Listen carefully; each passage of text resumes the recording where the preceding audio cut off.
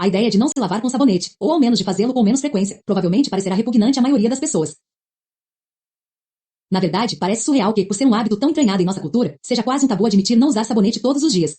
É provável que seja bem mais surreal que, após não nos lavarmos com sabonete por 250 mil anos da história da nossa espécie, agora tenhamos que depender tanto de uma ducha e um sabonete a ponto de não conseguir imaginar a vida sem eles. Assim como os antibióticos, os bactericidas têm seu lugar. Mas esse lugar não é o seu corpo. Corpo. Já dispomos de um sistema de defesa contra micro-organismos, chama-se sistema imunológico. Talvez seja bom tentar usá-lo. 6.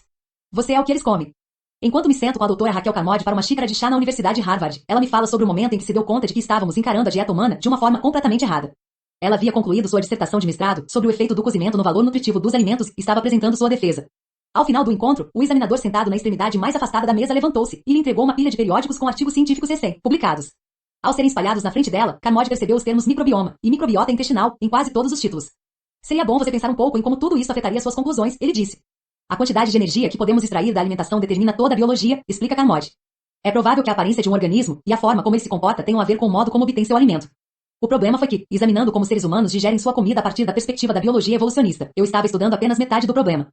Carmody vinha se concentrando nos processos digestivos que ocorrem no intestino delgado, mas à medida que revistas prestigiosas como Nature e Science começaram a publicar edições especiais sobre o papel da flora bacteriana intestinal na nutrição e, no metabolismo, ela percebeu que sua pesquisa, bem como a de todos os outros estudiosos da nutrição humana, não seria capaz de abarcar todas as respostas.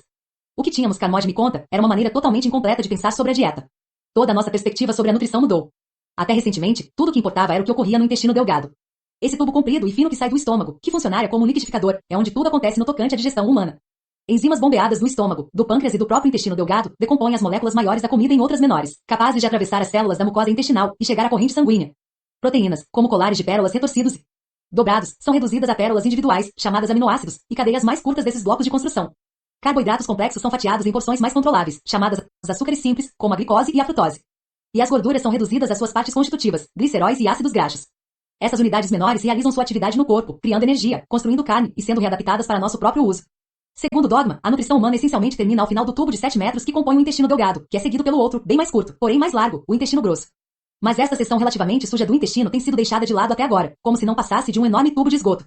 Na escola, muitos de nós aprendemos que, enquanto o intestino delgado servia para absorver os nutrientes, a função do intestino grosso era absorver água e coletar as sobras de comida, deixando-as prontas para serem excretadas.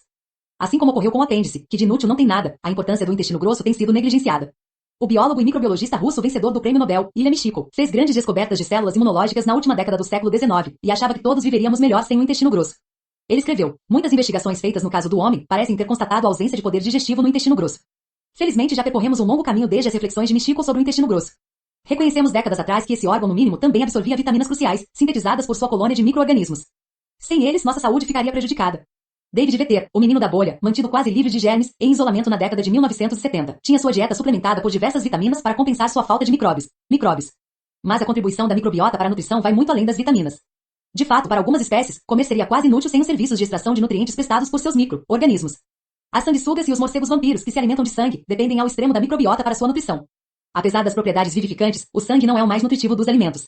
É rico em ferro, é claro, daí o gosto metálico, e também em proteína, mas fornece muito pouco em termos de carboidratos, gorduras, vitaminas e outros minerais. Sem seus micróbios no intestino para sintetizar esses elementos que ficariam faltando, essas espécies hematófagas teriam dificuldades para sobreviver. O panda gigante é outro clássico.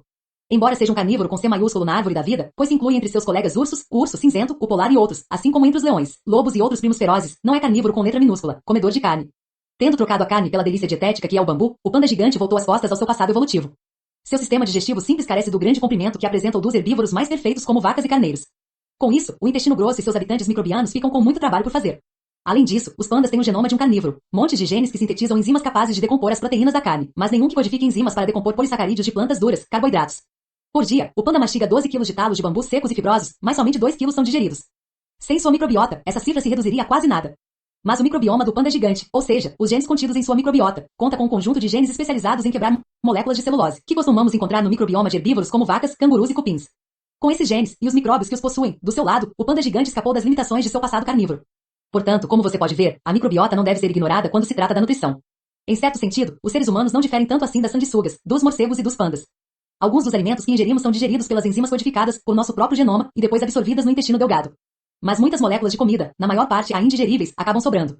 Elas seguem seu caminho até o intestino grosso, onde encontram uma grande e ávida multidão de micróbios prontos para decompô-las usando suas próprias enzimas. Após se alimentar, a microbiota libera novas sobras. Essas moléculas, junto com a água de que nos falaram na escola, são absorvidas pelo sangue. Elas são, como veremos adiante, mais importantes do que imaginávamos. Infelizmente, a solução da obesidade não é tão simples como contém no último capítulo. As consequências do uso de antibióticos e de ingeri-los com a nossa comida com certeza merecem nossa atenção, sobretudo em crianças. Mas ainda não estamos fora de perigo. Como indica o trabalho de Martin Blaser sobre baixas doses de penicilina e uma dieta rica em gorduras em camundongos. Dificilmente esses medicamentos são a única causa do aumento de peso e das outras doenças do século XXI. A dieta também tem seu papel, só não é o que você esperava. A forma como comemos mudou. Percorra os corredores de um supermercado. Apesar de saber que os alimentos podem ter duas origens, vegetal ou animal, você ficará perplexo em se dar conta de que a aparência da comida que eles vendem nada lembra plantas ou animais. Para começo de conversa, metade dos corredores estão cheios de comida dentro de embalagens de papelão, sacolas de plástico e garrafas. Quantas plantas e animais vêm em caixas de papelão? Brócolis? Frango? Maçãs? Tudo bem, às vezes os ingredientes brutos são embalados deste jeito, mas estou me referindo aos biscoitos, chips de batatas, refrigerantes, refeições prontas e cereais matinais.